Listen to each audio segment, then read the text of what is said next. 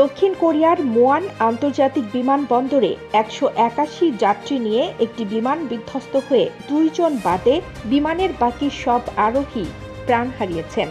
২৯ December এই মর্মান্তিক ঘটনাটি ঘটেছে। বিমানটি রানওয়েতে ক্র্যাশ ল্যান্ডিং করে। এরপর রানওয়ে থেকে ছিটকে গিয়ে কাঠামোয় আঘাত করার সঙ্গে সঙ্গে বিমানটিতে আগুন ধরে যায়। কোরিয়ান কর্তৃপক্ষের ধারণা, পাখির আঘাতে বিমানটি বিধ্বস্ত হতে পারে। ইতিহাস ঘাটলে দেখা যায়, সবচেয়ে বড় বার্ড স্ট্রাইকের ঘটনাটি ২০০৯ সালে ঘটেছিল।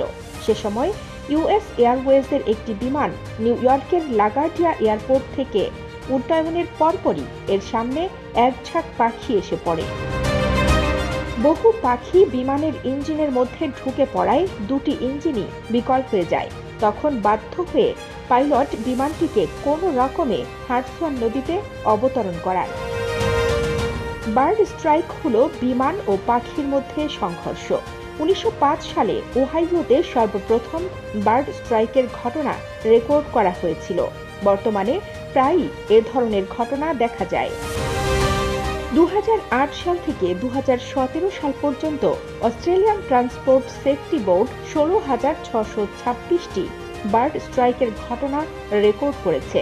অন্যদিকে ফেডারেল এভিয়েশন অ্যাডমিনিস্ট্রেশনের তথ্য অনুযায়ী যুক্তরাষ্ট্রে কেবল ২০২২ সালেই ১৭,২০০ বার্ড স্ট্রাইকের ঘটনা ঘটেছে।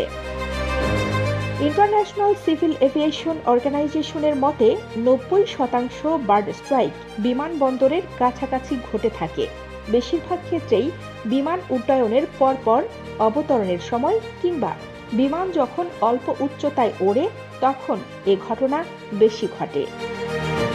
বার্ড স্ট্রাইকের কারণে বিমানের ইঞ্জিন বিকল হয়ে যায়। আর ছোট বিমানের ক্ষেত্রে, বিশেষ করে এক ইঞ্জিনের বিমান হলে এর প্রভাব আরও মারাত্মক হতে পারে। ১৯৮৮ সাল থেকে বার্ড স্ট্রাইকের কারণে বিশ্বব্যাপী ২৬২ জনের মৃত্যু হয়েছে এবং ২৫০টি বিমান ধ্বংস হয়েছে। অস্ট্রেলিয়া সরকারের সিভিল এভিয়েশন সেফটি অথরিটি এ দুর্ঘটনা রোধে কিছু পরামর্শ দিয়েছে, যেমন বিমানবন্দরে নির্দিষ্ট ধরনের গাছ ও ঘাস লাগানো, যেগুলোর প্রতি পাখি আকৃষ্ট হয় না। শব্দের সাহায্যে পাখিদের রানওয়ে থেকে দূরে রাখার ব্যবস্থা করা। কানিজ ফাতেমা, নিপা, খবর সংযোগ।